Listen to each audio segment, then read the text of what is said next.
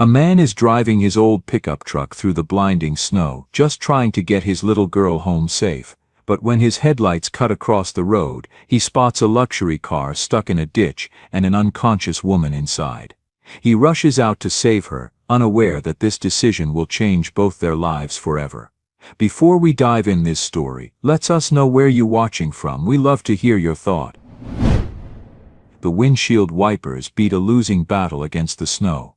Back and forth, but the white kept coming, thick as cotton, blinding as fog.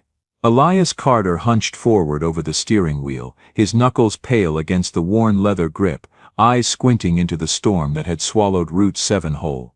"Daddy, I can't see the road anymore." Lila's voice was small from the passenger seat, muffled beneath the old quilt she'd pulled up to her chin. At 7 years old she knew enough to be scared, but trusted her father enough not to show it. Elias glanced over, saw those wide brown eyes watching him, and forced his jaw to unclench. "I know, sweetheart. We're almost home." It wasn't true. They had another 20 miles through the heart of Vermont's backcountry, and the storm that the radio had called a light dusting had turned into something else entirely. The kind of blizzard that shut down highways and left cars buried until spring. The kind his late wife Sarah used to call God, reminding folks he's still in charge. Elias was 47 years old, a mechanic who spent his days elbow-deep in the guts of tractors and combines, fixing what broke on other people's farms because his own had been sold off years ago to pay medical bills. He was a quiet man, built solid from work, with hands that knew how to coax life back into dying engines. People in Maple Hollow respected him, not because he asked for it, but because he showed up when they needed help and never mentioned the favor again afterward. Tonight, though, he just wanted to get his daughter home safe. The truck's heater rattled and coughed, pushing out air that was barely warm. Lila shivered beneath her quilt, and Elias reached over to tuck it tighter around her shoulders. "Tell you what," he said. "When we get home, I'll make us hot chocolate. The real kind with the marshmallows you like. The ones shaped like snowmen, every last one of them." She smiled at that, and it was enough to keep him going. The road curved ahead, disappearing into a wall of white. Elias eased off the gas, feeling the tires slip slightly on the ice beneath the snow. 5 miles an hour, maybe less. At this rate they wouldn't be home until his headlights caught something. A shape dark and wrong, angled off the shoulder of the road. At first, Elias thought it was a deer, maybe an overturned truck.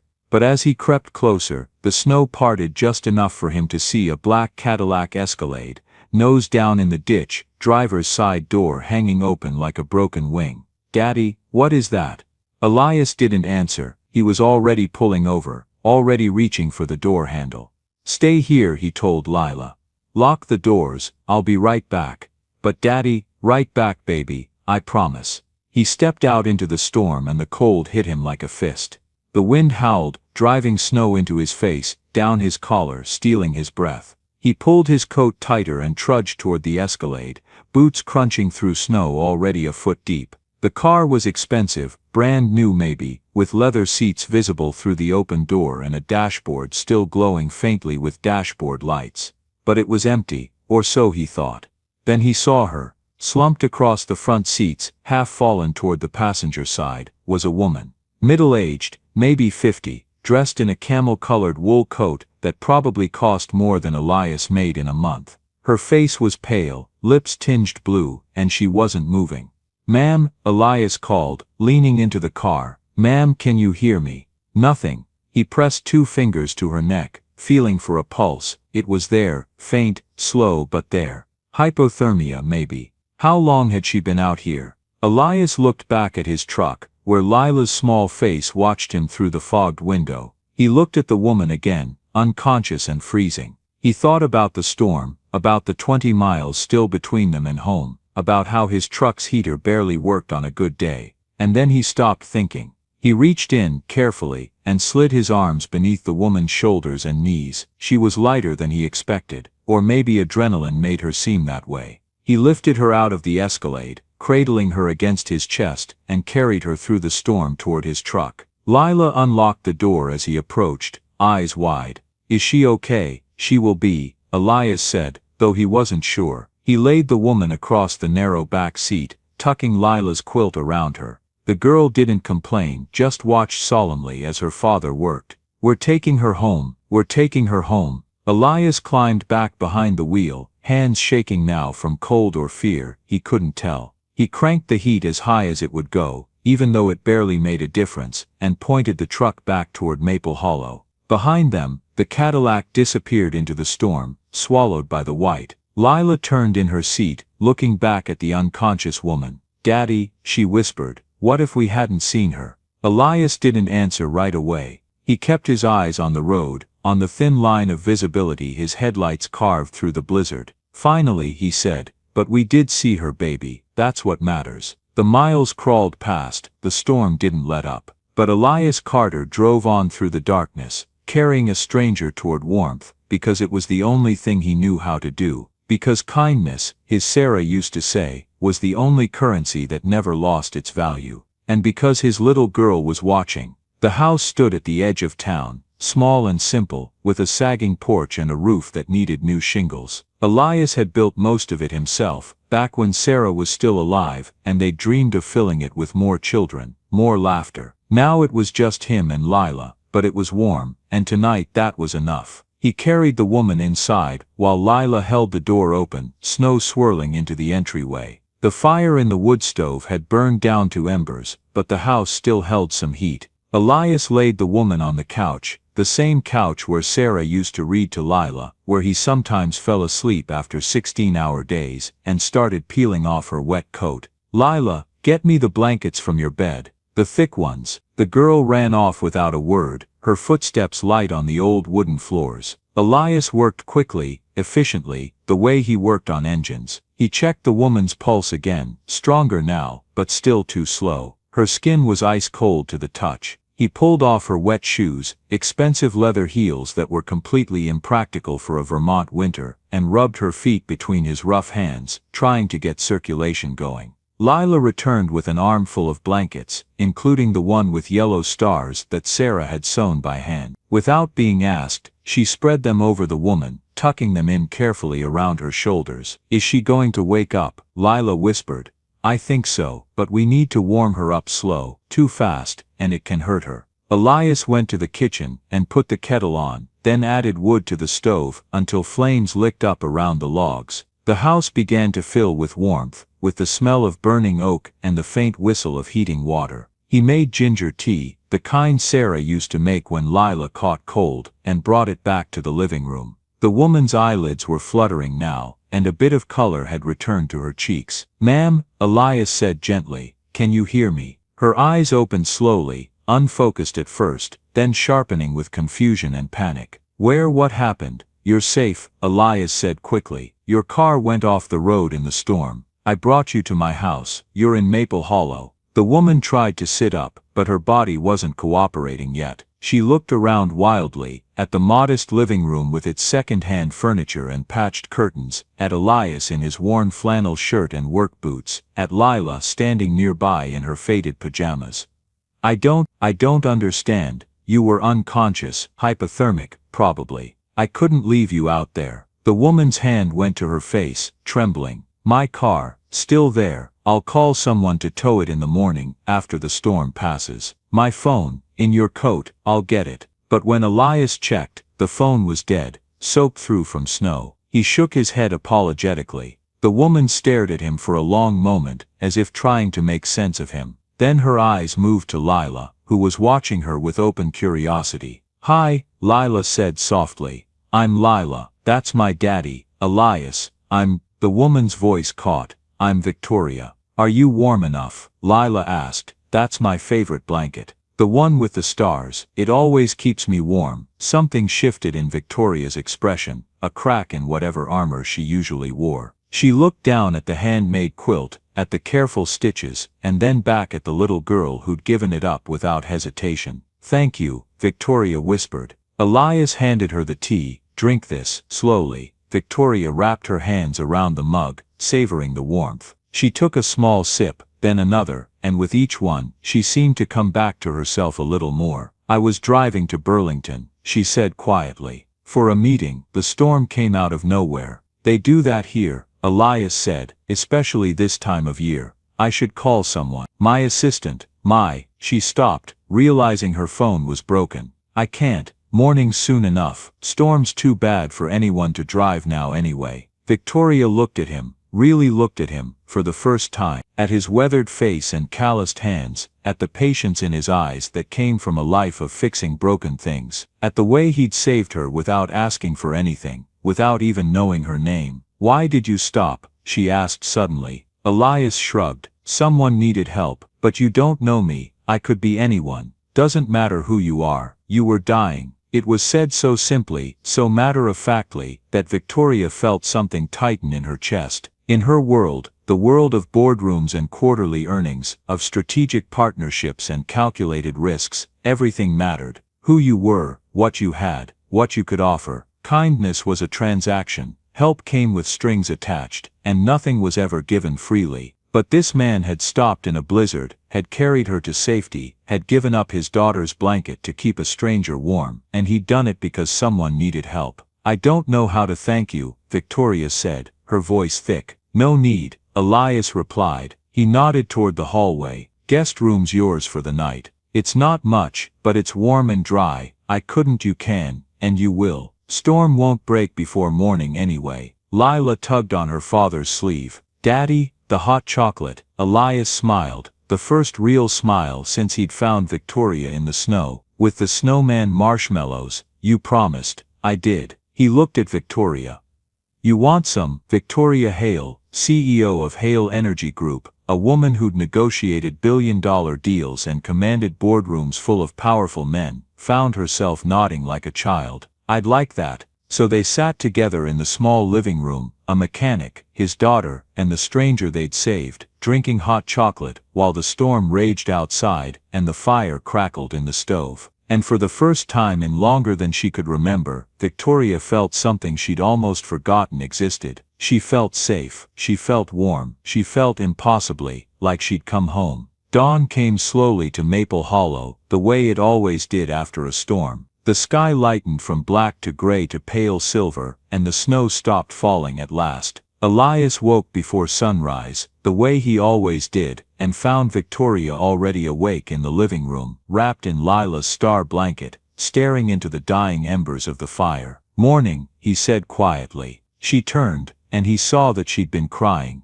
Not sobbing. Victoria Hale didn't sob, but silent tears that left tracks down her cheeks. I'm sorry, she said quickly, wiping at her face. I'm not usually, it's okay. Elias added wood to the stove, coaxing the fire back to life. Near-death experiences tend to shake people up. It's not that. Victoria pulled the blanket tighter. Or maybe it is. I don't know. Elias didn't push. He'd learned long ago that sometimes people needed silence more than questions. After a moment, Victoria spoke again. When I was lying in that car, before I lost consciousness, I remember thinking, this is how I die, alone, on a road nobody knows, and nobody will care. Your family? I don't have family. Not really, she laughed, but there was no humor in it. I have employees, business associates, people who need things from me, but family? People who'd cry if I didn't come home. She shook her head.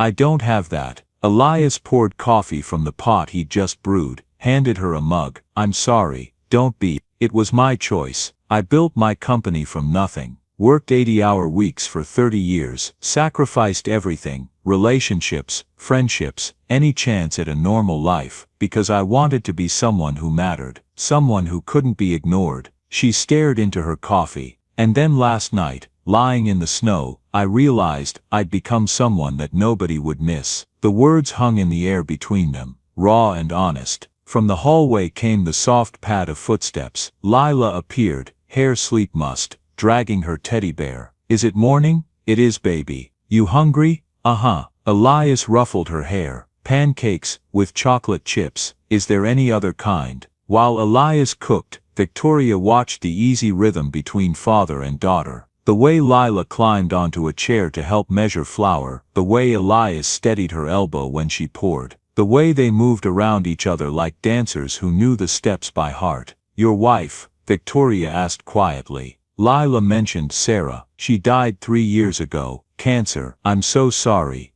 Thank you. Elias flipped a pancake. She was the best person I ever knew. Kind to everyone, even people who didn't deserve it. Used to say that kindness wasn't something you gave because people earned it, it was something you gave because you had it to give. Victoria thought about her own life, about the ruthlessness it had required to build her empire, about the people she'd fired, the competitors she'd crushed, the way she'd learned to see kindness as weakness. She sounds remarkable. She was. Elias slid pancakes onto plates, and she'd have been proud of Lila. The girls got her mother's heart. After breakfast, Elias bundled up and went outside to dig out Victoria's car. The Escalade was still in the ditch where he'd found it, now buried under 2 feet of fresh snow. He spent an hour shoveling, another hour checking the engine, testing the ignition. Victoria watched from the window, this woman in her expensive coat standing in his tiny living room, and something about the scene made Lila thoughtful. "Do you have a little girl?" Lila asked. Victoria turned. "No, I don't have children."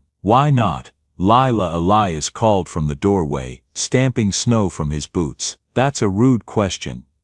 "It's okay," Victoria said quickly. "It's a fair question." She knelt down so she was eye level with the girl. "I was always too busy working. I told myself there'd be time later, but later never came." "That's sad," Lila said with the blunt honesty of children. "Yes," Victoria agreed. "It is." Elias cleared his throat. "Car's running. Engine's good. You should be able to make it back to the main road." Victoria stood slowly. It was time to go. Time to return to her real life, her real world, the one where she was important and powerful, and completely alone. She reached into her coat pocket, and pulled out her wallet. "Please, let me pay you for your trouble. For the room, the food, everything."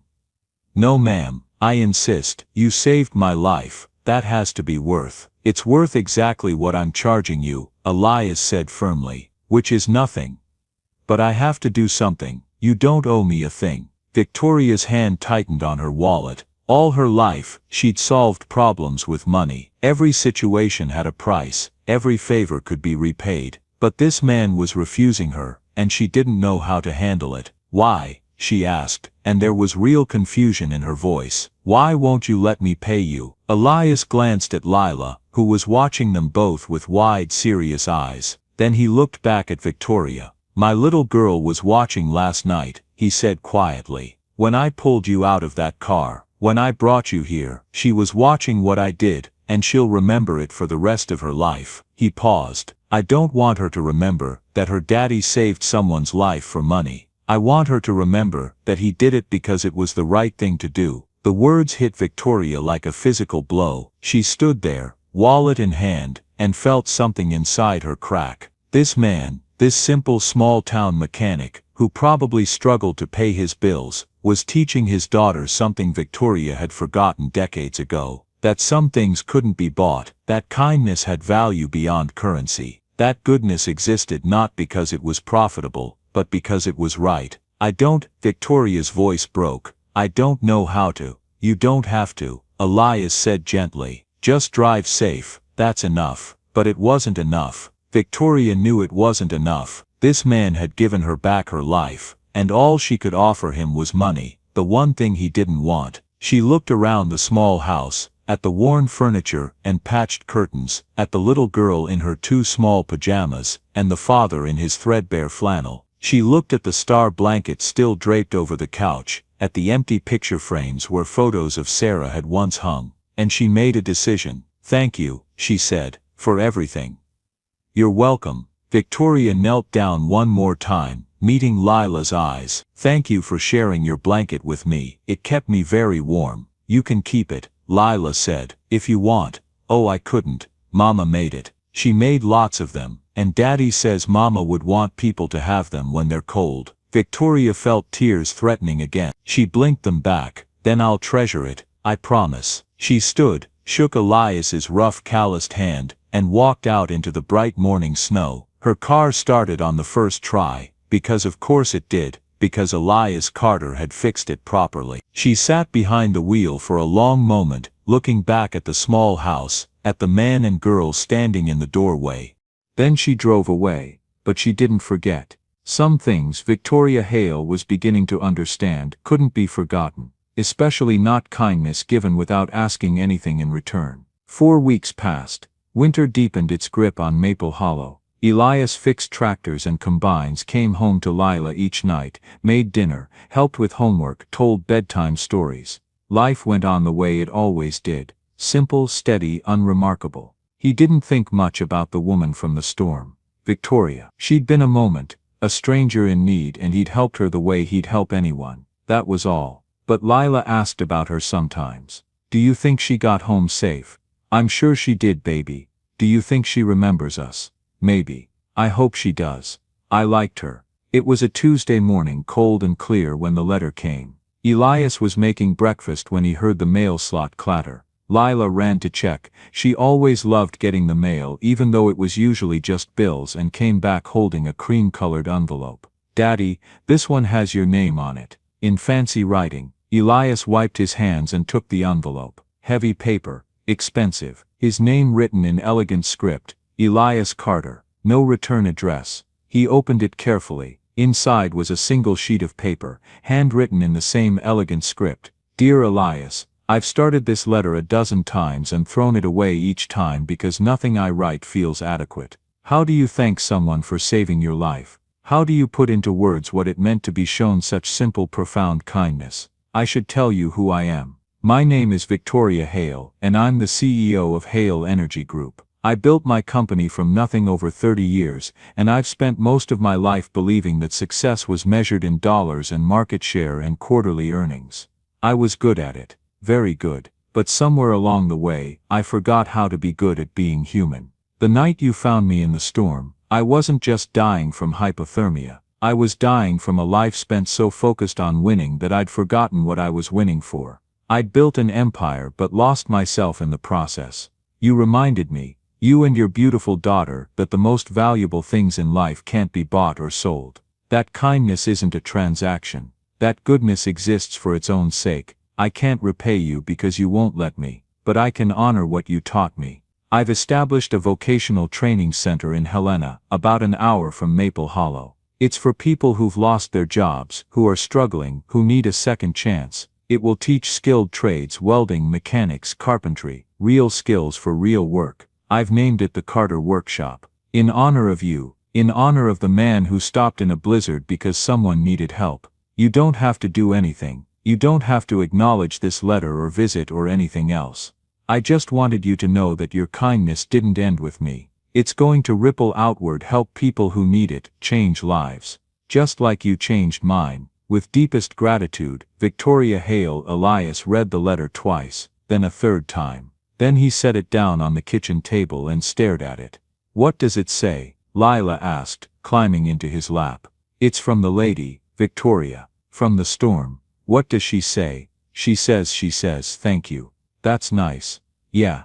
Elias's voice was thick. It is. He held his daughter close and looked out the window at the bright winter morning. The sun was coming up over the snow-covered fields, painting everything gold. Somewhere out there, in a town he'd never seen, there was a building with his name on it.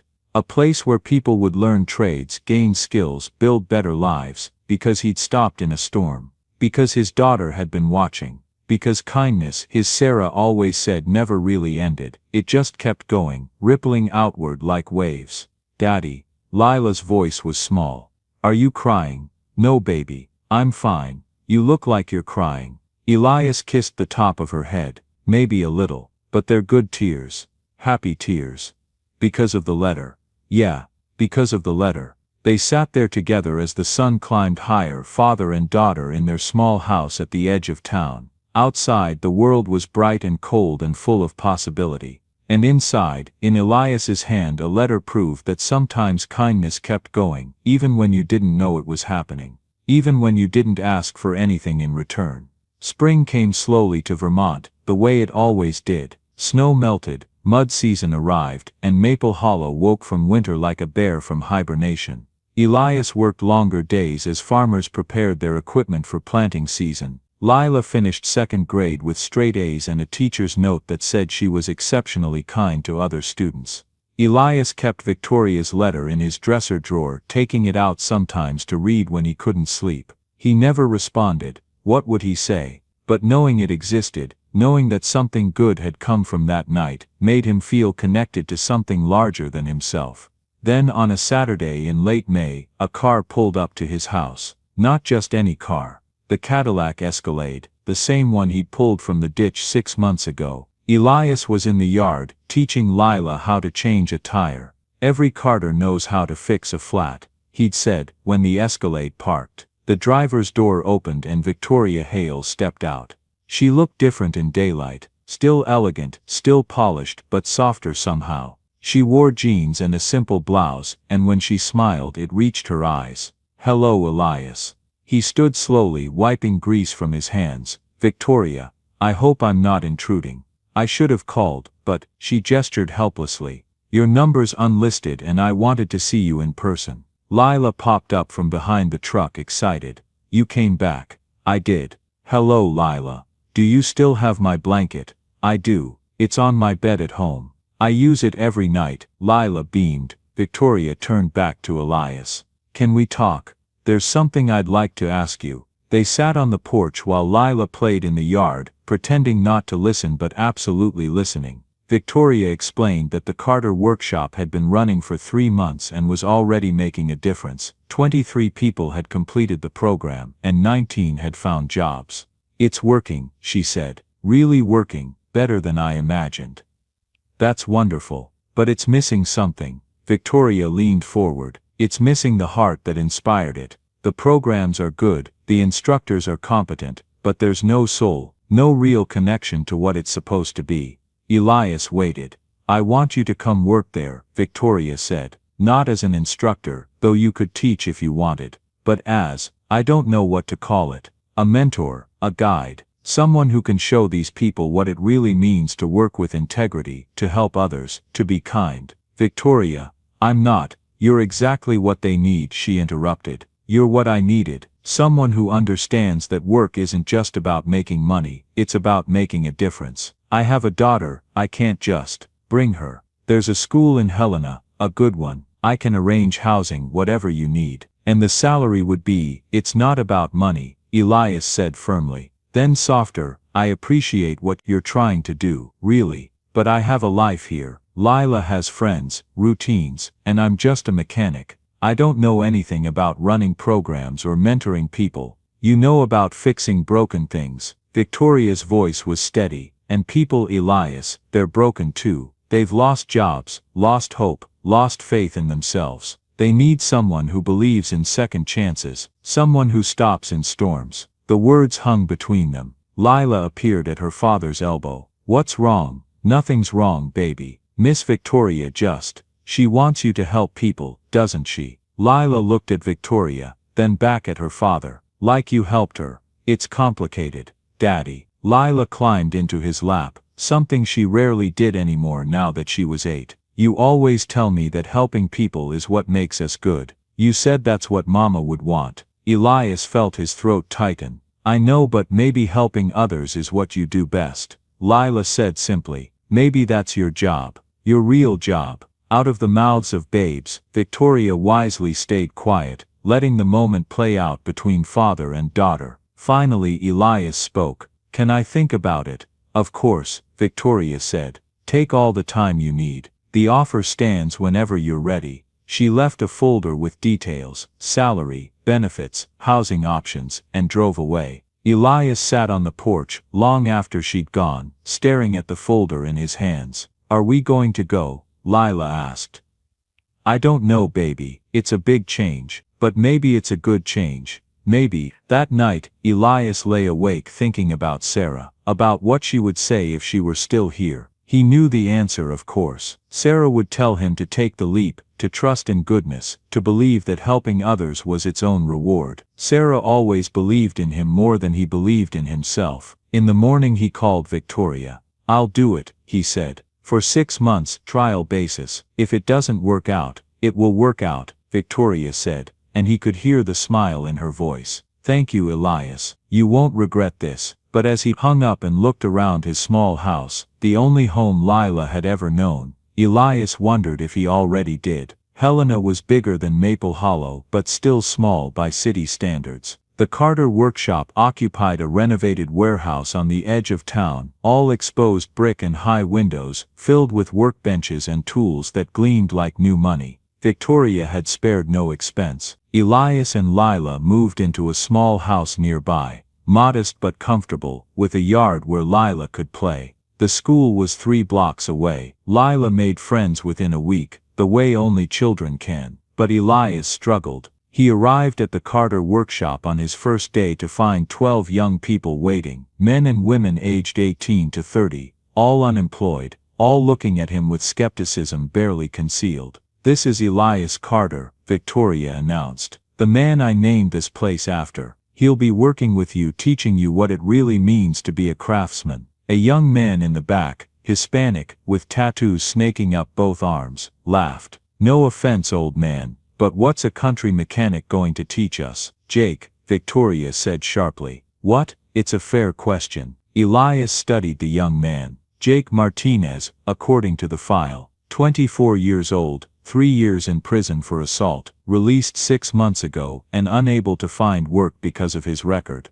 Angry at the world and everyone in it. "It's okay," Elias said quietly. He looked around the workshop. "I'm not here to lecture you or pretend I'm better than you. I'm here because I know how to fix broken things. And I figure if you're here, something in your life is probably broken." "Yeah?" Jake crossed his arms. "And you're going to fix us with your country wisdom and positive attitude." "No, you're going to fix yourselves. I'm just going to show you how." The first week was rough. The students, Victoria called them students, but they thought of themselves as charity cases, resented Elias's quiet patience. They wanted quick fixes, easy answers. They wanted to learn a skill and move on, get the certificate, find a job. Elias taught them differently. He started with the basics: how to hold a wrench properly, how to read a schematic, how to listen to an engine and hear what was wrong. But more than that, he taught them patience, respect for the work, pride in doing something right. "This bolt right here," he'd say, pointing to some tiny piece of machinery. "Nobody's ever going to see it. Nobody's going to check if you torqued it properly. But you'll know, and that matters." "Why?" Jake would challenge. "If nobody checks, why does it matter?" "Because you're not doing it for them. You're doing it for you. For the person who trusts this machine with their livelihood. For the next mechanic who has to work on it. You do it right, because that's who you are." It was frustrating work. Most days, Elias came home exhausted, questioning whether he'd made a mistake. But then he'd see Lila happy in her new school, making friends, thriving, and he'd remember why he'd said yes. 3 weeks in, something shifted. Jake had been working on an engine rebuild, an old Chevy small block that Victoria had sourced from somewhere. He'd been at it for days, getting increasingly frustrated because nothing seemed to fit right. Finally, in a moment of rage, he grabbed a hammer and smashed it down on the carburetor. The room went silent. Everyone expected Elias to explode, to throw Jake out. That's what teachers did when you messed up, right? They gave up on you. But Elias just walked over slowly, looked at the damaged carburetor, then at Jake's face, red with anger and shame. "Come outside with me," Elias said quietly. They walked out behind the workshop, where a few old cars sat waiting to be parted out. Elias leaned against a rusted pickup and pulled out his lunch, a simple sandwich Lila had helped pack that morning. "Want half?" he offered. Jake blinked. "What? You look hungry. Want half?" You're not going to kick me out." "For what?" "Breaking something." Elias took a bite of his sandwich. "Jake, I've broken more things than I've fixed in my life. Engines, tools, relationships. When my wife got sick, I broke down and cried so hard I thought I'd never stop. Breaking things doesn't make you a failure. It makes you human. I wasted your carburetor. That costs money. It costs less than giving up on you." Jake sat down hard on the ground, his back against the truck. "Why do you even care? You don't know me. I'm nobody. My daughter was 7 years old when her mother died," Elias said, not looking at Jake. "She was so angry, she'd break things, throw tantrums, scream that it wasn't fair. And you know what I learned? Anger isn't the problem. Anger is just pain that doesn't know where to go." Jake's jaw tightened. "I don't know what happened to you," Elias continued. I don't know why you're angry, and you don't have to tell me. But I know that anger won't fix engines. It won't get you a job. It won't make your life better. Only patience can do that. Only caring about the work more than your feelings. I don't know how to do that. Jake whispered, that's why you're here, to learn. They sat in silence for a while, sharing the sandwich, watching clouds drift across the sky. Finally Jake spoke. My old man used to beat me when I messed up, said I'd never amount to anything, said I was worthless. He was wrong. How do you know? Because you're here, because you're trying, because you're angry, which means you still care about something. Elias stood, brushing crumbs off his jeans. Come on, let's go get another carburetor. And this time if you get frustrated, come talk to me. Don't take it out on the parts. Why would you waste another one on me? Elias looked at him steadily. Because teaching you patience is worth 100 carburetors. Because you're worth it, even if your father never told you so. Because that's what you do for people when you believe in them. You give them a chance to believe in themselves. Jake followed him back inside, and something was different. He approached the work more carefully, asked more questions, took his time. When he finished the rebuild 2 weeks later, and the engine roared to life on the first try, he had tears in his eyes. I did it, he said, disbelieving. You did, Elias agreed. I actually did it right. You did. And you know why? Because you cared about doing it right. Not fast, not to impress anyone. Right. Jake wiped his eyes roughly. Thank you, you did the work. I just showed you how. Word spread through the workshop. After that, the others watched how Elias treated Jake, with patience, with respect, with belief, and they started to soften. They started to listen. They started to understand that this wasn't just about learning a trade. It was about learning who they could be. Victoria observed from her office, watching Elias move through the workshop with his quiet competence, and she thought, this is what I wanted. This is what was missing. Not programs or curricula or certifications, just one good man who believed that broken things, including people, could be fixed with patience and care. One evening, as Elias was closing up, Victoria found him in the workshop. I saw what you did with Jake, she said. How you handled the carburetor incident. It was nothing. It was everything. He would have been expelled from any other program. He would have given up on himself again. But you gave him another chance. Everybody deserves another chance. Victoria smiled sadly. Not everyone believes that. I didn't, for a long time. In my world, you get one shot, mess it up, and you're done. That's a lonely way to live. It is. She looked around the workshop. Thank you, Elias, for doing this, for being exactly who I hoped you'd be. I'm not doing anything special, just trying to help. That's what makes it special. After she left, Elias stood alone in the quiet workshop, surrounded by tools and machines, and the smell of oil and metal. He thought about Jake, about the other students, slowly learning to trust him, about Lila thriving in her new school. Maybe this had been the right choice after all. Maybe helping others really was what he did best. The article appeared in the Helena Register on a Tuesday morning in October. Kindness for Profit. How Hale Energy uses feel-good stories to mask corporate greed. Elias didn't see it at first. He was in the workshop, helping a student named Maria troubleshoot a welding problem, when Jake burst in with a newspaper in his hand. Have you seen this? The article was brutal. It painted the Carter workshop as a PR stunt, a way for Victoria Hale to buy goodwill while her energy company, according to the reporter, continued to engage in environmentally questionable practices. It called the program poverty tourism for the wealthy elite. It mocked the students as props in a corporate redemption arc, and it went after Elias specifically. Elias Carter, a small-town mechanic with no formal teaching credentials or business experience, was elevated to a leadership position based solely on one act of kindness, helping Hale when her car broke down. Sources inside the program described Carter as nice but unqualified, leading to questions about whether Hale Energy is more interested in optics than actual job training. The words hit like punches. Who said that? Jake demanded, looking around at the other students. Who called you unqualified? Nobody met his eyes. Elias read the article slowly, feeling something cold settle in his stomach. He'd known this was too good to last. He'd known that eventually, people would question why a simple mechanic was running a program backed by a major corporation. He'd known, and he'd done it anyway. And now, Elias, Victoria rushed in, her face pale. I'm so sorry, I don't know who talked to that reporter, but I'm going to find out.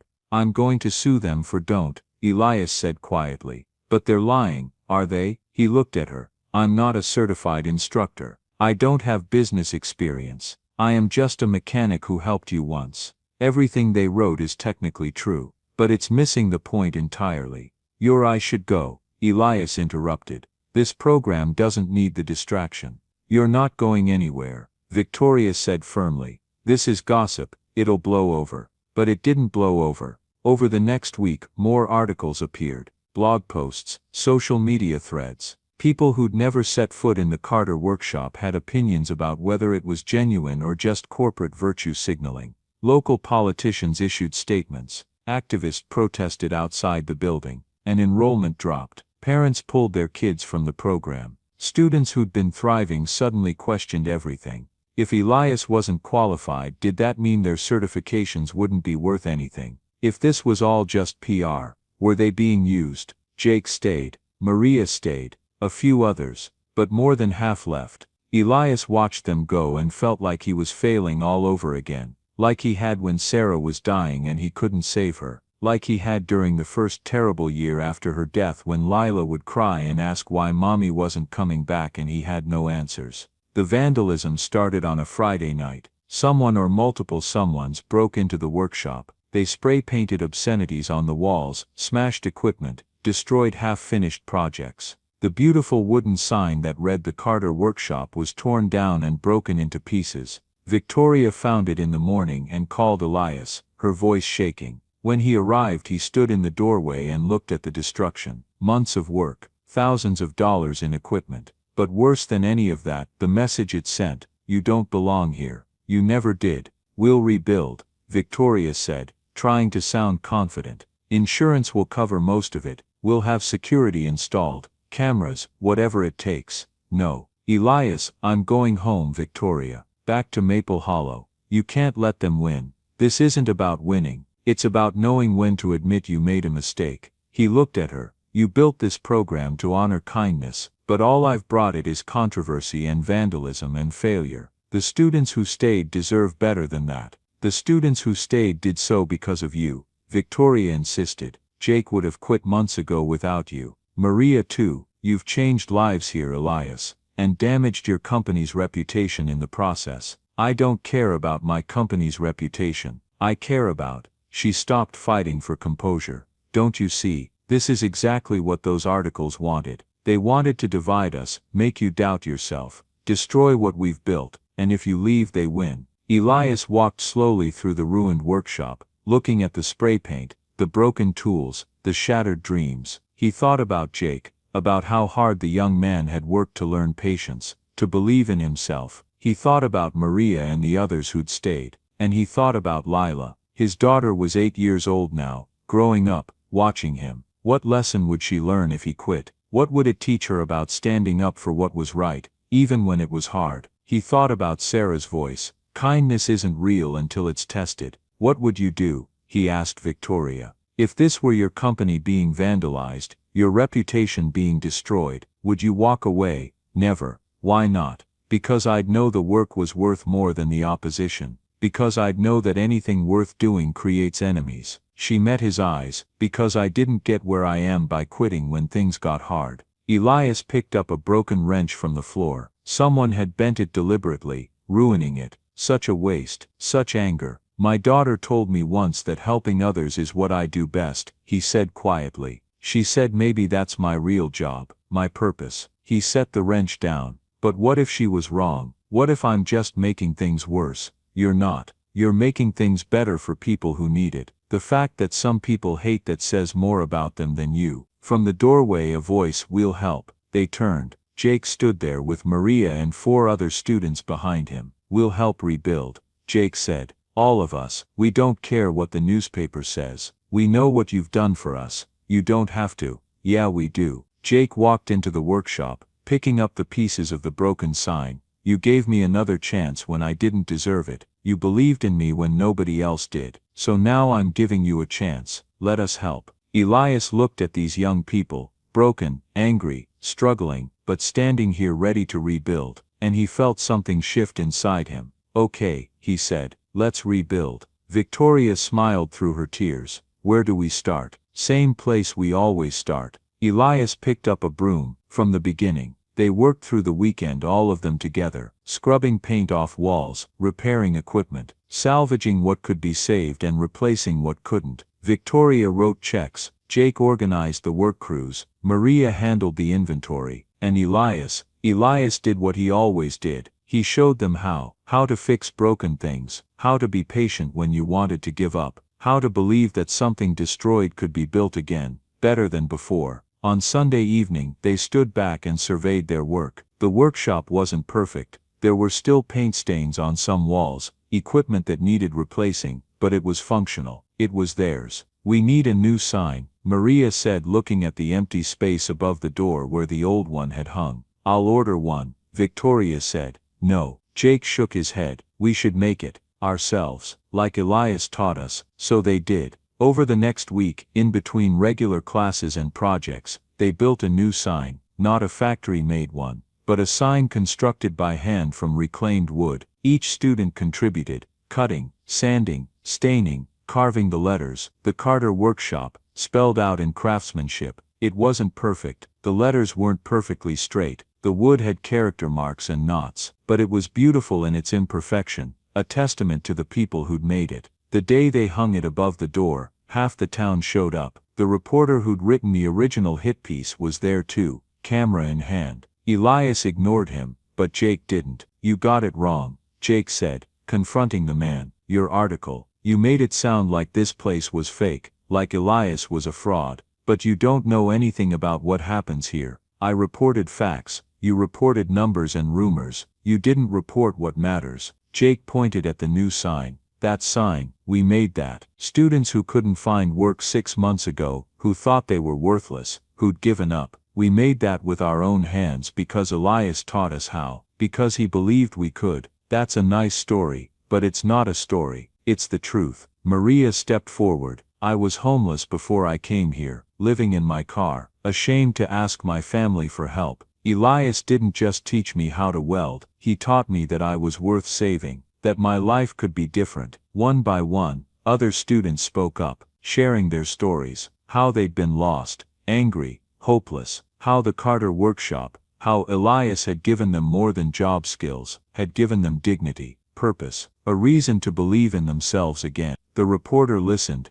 and slowly his expression changed from skepticism to something else, understanding, maybe, or shame. I'll write a follow-up, he said finally. Set the record straight, don't bother, Jake said. We don't need your approval, we know what this place is, what it means, that's enough. But the reporter wrote the article anyway. It appeared the following week. I was wrong about the Carter Workshop. It was honest, unflinching. The reporter admitted his original piece had been cynical, had focused on the wrong things. He'd looked for corporate corruption, and missed the human transformation happening in plain sight. He'd questioned Elias's credentials, and missed the fact that the best teachers aren't always the most educated. They're the ones who care enough to make a difference. The article ended with a simple statement: sometimes kindness isn't a strategy, sometimes it's just kindness, and that matters more than I thought. Enrollment picked back up after that, not immediately, but gradually. New students arrived, cautious but hopeful. Jake and Maria became mentors themselves, teaching newer students the way Elias had taught them, with patience, with respect, with belief that broken things could be fixed. One evening, Victoria found Elias alone in the workshop, running his hand over the wooden sign they'd made. It's crooked, he said. The letters aren't even. It's perfect. It's imperfect. That's what makes it perfect. That's what makes it perfect. Victoria stood beside him. You know what I've learned from you, Elias, that the most valuable things are often imperfect, that cracks and scars don't make something worthless, they make it real, they prove it survived. This place almost didn't survive, but it did, because of you, because you didn't quit when it got hard. Elias thought about that, about the vandalism, the articles, the students who'd left and the ones who'd stayed, about Jake smashing a carburetor and then building a sign, about his own journey from Maple Hollow to here, from saving one woman in a storm to helping dozens rebuild their lives. You know what the hardest part was, he said. During the worst of it, when everything was falling apart, I kept thinking, maybe they're right, maybe I'm not qualified, maybe I don't belong here, but you stayed anyway.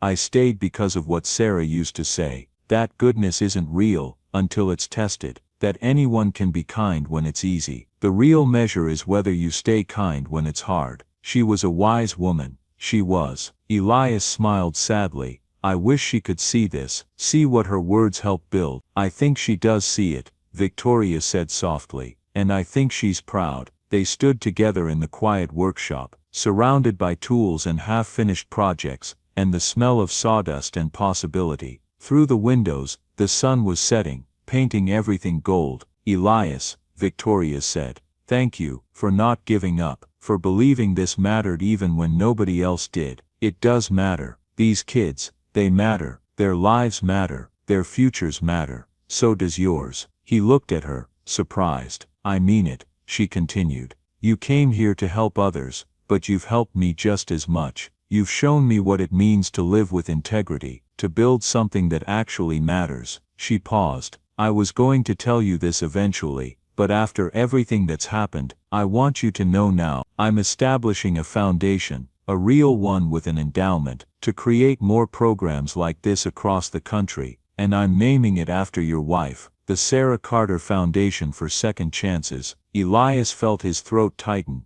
Victoria, she believed in kindness, in second chances, in you. This is how we honor that, how we make sure her legacy keeps going. He couldn't speak, could only nod, blinking back tears. Outside, students were leaving for the day, calling goodbyes to each other, making plans for tomorrow. Jake stopped at the door, looked back at Elias, and raised a hand in farewell. A simple gesture, but it meant everything. You believed in me, it said, and I won't forget. Elias raised his hand in return. Neither will I. 15 months after arriving in Helena, Elias Carter stood in the workshop and looked around one last time. The place was thriving now. 23 students currently enrolled, with a waiting list. Jake had been hired as a junior instructor. Maria was starting her own welding business. The broken things, equipment, reputations, lives had been repaired, made stronger in the broken places. It was time to go home. You sure about this? Victoria asked. She'd arrived to say goodbye, though they'd already said their real goodbyes weeks ago. I'm sure. Elias picked up his toolbox, the same battered red toolbox he'd carried for 20 years. Lila misses Maple Hollow, her friends, her school, the house where her mom lived. She's been patient about being here, but I can see it in her eyes. She wants to go home. What about you? Do you want to go home? Yeah, I do, he smiled. I'm proud of what we built here, but I'm not a teacher or a leader or whatever you wanted me to be. I'm just a mechanic, and Maple Hollow has tractors that need fixing. You're so much more than that. Maybe, but I'm also that, and that's enough. Victoria hugged him, something the old Victoria Hale never would have done. Thank you, for everything. Thank you, for letting me help. The students threw him a going-away party that evening. Nothing fancy, pizza and soda in the workshop, but the speeches they gave, the things they said about what he'd meant to them, made Elias understand that he'd accomplished something after all. Maybe he hadn't been qualified on paper, but he'd been exactly what these kids needed, someone who believed in them. Jake gave him a gift before he left, a wrench, the same one Jake had broken, the one Elias had thrown away, but Jake had found it, brought it to a machine shop, had it straightened and re-chromed. On the handle, engraved in neat letters, "You fixed more than machines. Thank you." Jake. Elias held it, speechless. "I'm gonna make you proud," Jake said, his voice thick. "Gonna be the kind of teacher you were to me. You already make me proud." They embraced, and Elias felt a father's love for this young man he'd barely known a year ago. That's what teaching did, he realized. It made family out of strangers. The drive back to Maple Hollow took 3 hours. Lila chattered the whole way, excited about seeing her old friends, sleeping in her old room, going back to her old school. But as they got closer she grew quiet. "Daddy, yeah baby, are you sad about leaving Helena?" "A little, but also happy. It's complicated." "I'm glad we went," Lila said. "I'm glad we helped those people, but I'm glad we're coming home too." "Me too." They crested the hill, and there it was, Maple Hollow spread out below them in the late afternoon light. The same small town Elias had left 15 months ago, unchanged and unchanging. Home. He pulled over at the overlook, the place where he used to bring Sarah when they were young. Lila got out with him, and they stood looking at the town together. "Why did we stop?" Lila asked. "Just wanted to look. To remember." "Remember what?" "That no matter how far you go, there's always a road home. There's always a place where you belong." Lila slipped her small hand into his. "Do you think Miss Victoria will be okay without us?" "She'll be fine. She's stronger than she thinks. We all are. And Jake, and Maria, they'll be fine too. Maybe even better than fine." They stood there as the sun dropped lower, painting the fields gold, making the white church steeple glow like a candle. Elias thought about the past 15 months, the challenges, the failures, the small victories. He thought about Victoria unconscious in the snow, about Jake breaking a carburetor, about Maria learning to weld, about the sign they'd built together. He thought about Sarah, and how she'd told him once that kindness was like light. You couldn't hold on to it, you could only pass it forward. "Come on," he said to Lila. "Let's go home." They drove down into Maple Hollow as dusk settled over the valley, past the church, past the general store, past farmhouses where lights were coming on in windows, past all the familiar landmarks of a life Elias had thought he'd left behind but had carried with him all along. Their house stood at the edge of town, small and simple, exactly as they'd left it. Elias pulled into the driveway, and sat for a moment, engine idling, looking at the place where he'd built a life with Sarah, where he'd raised Lila, where he'd learned what it meant to be a father alone.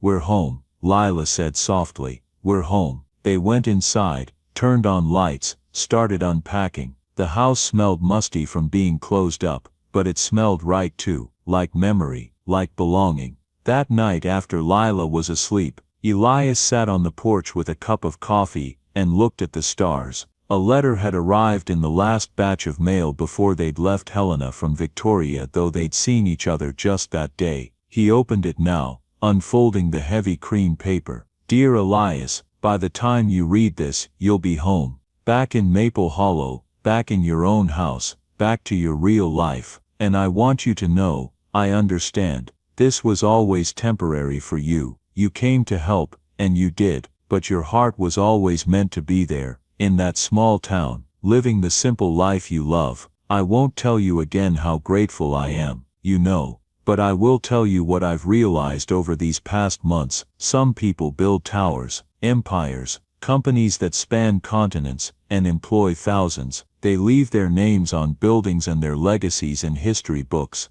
But you build hearts. You build hope in people who've lost it. You build belief in people who think they're worthless. You build second chances. And that, Elias, lasts so much longer than any tower. Thank you for teaching me that. Thank you for stopping in the storm. With love and gratitude, Victoria P. I still sleep with Lila's star blanket every night. Some gifts are too precious to give back." Elias folded the letter carefully, and slipped it into his pocket. Around him, Maple Hollow was quiet, just the sound of wind in the trees, and the distant bark of a dog. The same sounds he'd heard his whole life. But he was different now. He'd left, he'd helped, he'd made a difference, and now he'd come home, carrying all of it with him. In the morning he'd start taking repair jobs again. Mrs. Henderson's tractor needed a new transmission. The Martin farm had a baler that wouldn't run. Life would go back to normal, ordinary, unremarkable, except it wouldn't be quite the same, because now Elias knew something he hadn't known before, that ordinary lives could do extraordinary things, that kindness given without expectation could ripple outward in ways you'd never see, that helping one person could lead to helping dozens, could inspire foundations and programs, and second chances for people you'd never meet, all because he'd stopped in a storm. all because his daughter was watching, all because kindness, as Sarah always said, never really ended, it just kept going. Elias stood stretched and looked up at the stars one more time. Somewhere out there, Jake was probably still in the workshop, practicing welds. Victoria was probably working late, planning the next Sarah Carter Foundation program. Maria was probably in her new shop, building a business, building a life. And here in Maple Hollow, Elias Carter was home, building nothing grand, building nothing important, just building a good life, one day at a time, one kind act at a time, and discovering that maybe, just maybe, that was the most important thing anyone could build. Join us to share meaningful stories by hitting the like and subscribe buttons. Don't forget to turn on the notification bell to start your day with profound lessons and heartfelt empathy.